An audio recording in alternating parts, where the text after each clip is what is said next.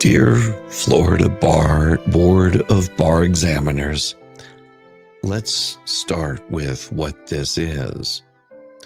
It's not a good faith report. It's not a principled concern. This is a thinly veiled, legally dangerous smear campaign orchestrated by a court-sanctioned clown who's so deep in procedural quicksand that he's now throwing wild accusations at opposing counsel because he knows he's losing. Deuce Foreskin, who you may know from the docket under reprimanded, sanctioned, ordered to show cause, and subject of an upcoming Rule 11 hearing, couldn't beat Shockett in a courtroom. So now he's trying to kneecap him in the bar licensing office by throwing a 20-year-old allegations around like it's a red-hot revelation, and screamed fraud like a toddler who lost a game of Monopoly. But this isn't about integrity. This is about intimidation, and that, ladies and gentlemen, is your first red flag. If you want to see what abusive process looks like, you just received it in your inbox. Let's put it plainly. Randall Shockett is a licensed member of the Florida Bar in good standing.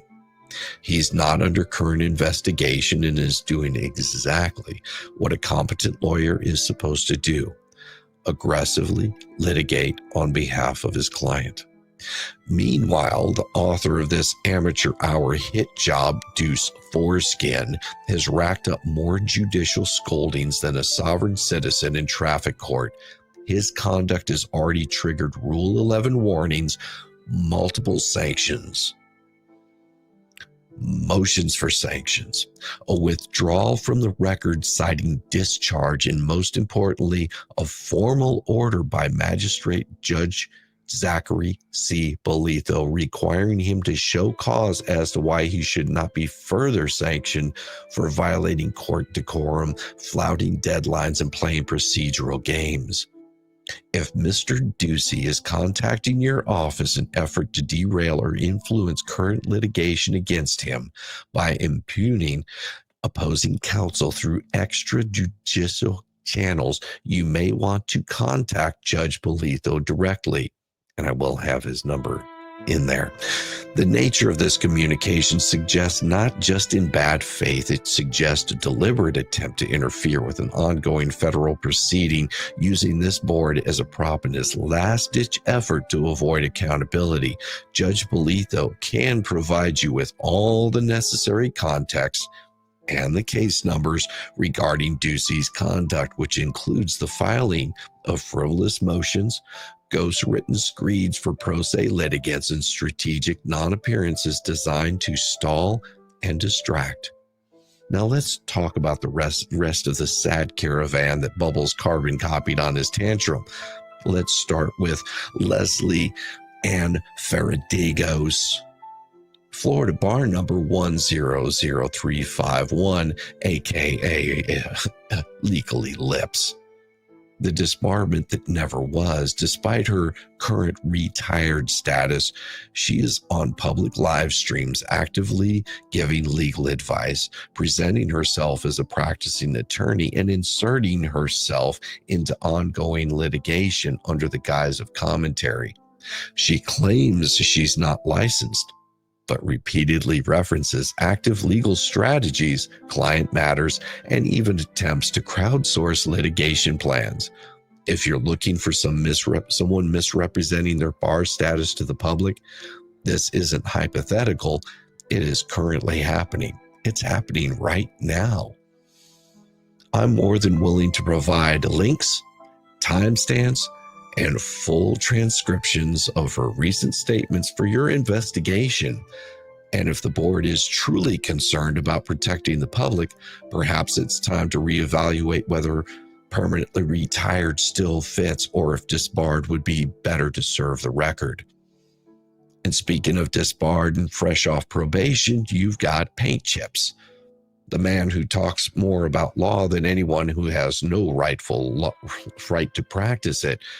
In United States v. Luthman, case number 1, 17 CR 0064-ENV, U.S. District Court for the Eastern District of New York. Well, Paintchip was indicted and ultimately pleaded guilty to conspiracy to commit wire fraud, identity theft, and access device fraud. His crimes weren't small. He was running a shell company scam using fake identities, laundering money, orchestrating elaborate financial deception schemes. He even used the identities of real people to set up fake companies, which then he used to deceive third parties. He's also a resident of your state, including financial institutions. These cases involved wire fraud, 18 U.S.C. 1349, access device fraud, 18 U.S.C. 1029, aggravated identity theft, 18 U.S.C. 1028A. Well, Paintchips didn't just break the law, he shattered it, and when it came time for sentencing, the court made no mistake about the seriousness of his actions. In 2020, he was sentenced to 14 months in federal prison. That's not a typo. That's almost 4 years for the kind of conduct that gets your name permanently inked in Westlaw under cautionary tale of dumbass. His jail time was the direct result of calculated, ongoing criminal activity that crossed from unethical into full-blown federal felony territory. And yet here he is today, ghostwriting legal content, filing lawsuits under pseudonyms, and co-hosting live streams with Deuce Foreskin, pretending he's still got a JD that isn't permanently stained with felonies, fabrications, and fraud. So while Bubbles is screaming about Randall Shockett's Arkansas dental detour from decades ago, he's proudly coordinating an actual convicted felon who served prison time for fraud and identity theft. Disbarred in New York while on probation, he was also convicted of creating Facebook pages targeting political candidates. Indicted, convicted, pleaded guilty to fraud, identity theft, and perjury, claimed he was tortured in federal prison, then somehow decided the best way to re-enter the public discourse was by joining Deuce's defamation clown car. Yeah, Paintchip now fancies himself an expert on law despite having no license and a conviction record that makes him legally unhireable to clean toilets in a courthouse. He's filed pro se lawsuits under sock accounts, inventing new legal fictions every week while leaking strategy to anti-what-the-hell's goon squad through Substack delusions and live stream rants.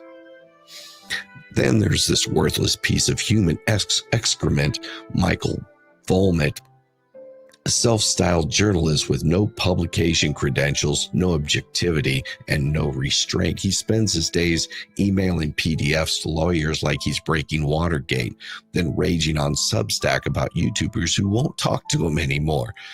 Oh, and by the way, his greatest hit?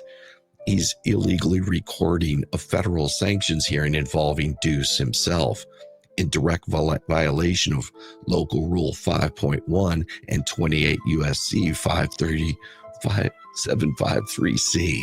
That's right. He spied on a federal court proceeding.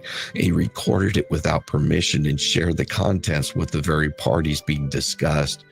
That's not journalism, that's obstruction. You might want to ask Bubbles why that wasn't mentioned in his little mass email, since he's known about it for months. Ducey's email pretends to care about integrity while promoting a baseless retaliatory smear against Shockett, who's done nothing more than expose their side's misconduct through lawful litigation. This is projection, plain and simple. Ducey and his anti-what-the-hell's entourage has spent the last year coordinating defamatory campaigns, doxing litigants, tampering with witnesses, leaking court material to smear parties they're actively litigating against, and now facing exposure. Their strategy is shifted. Discredit the lawyer before he buries their asses in discovery. Oh, it won't work. This isn't a game. This isn't YouTube drama. This is court, and Deuce Foreskin has become so desperate, he's trying to bypass the judiciary by lobbying a licensing body. That's not how this works. That's not how any of this works.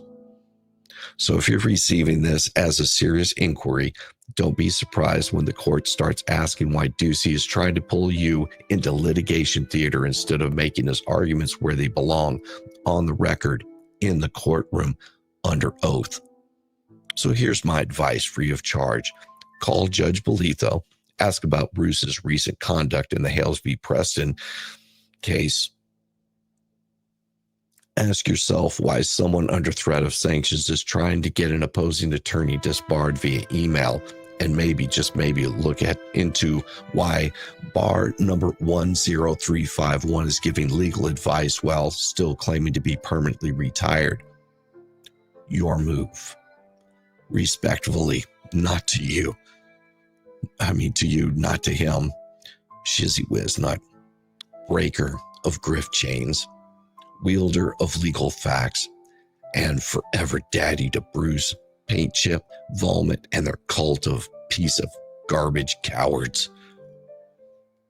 What a bunch of asshats. It is about time. Let's break this mother down. With Shizzywhiznut.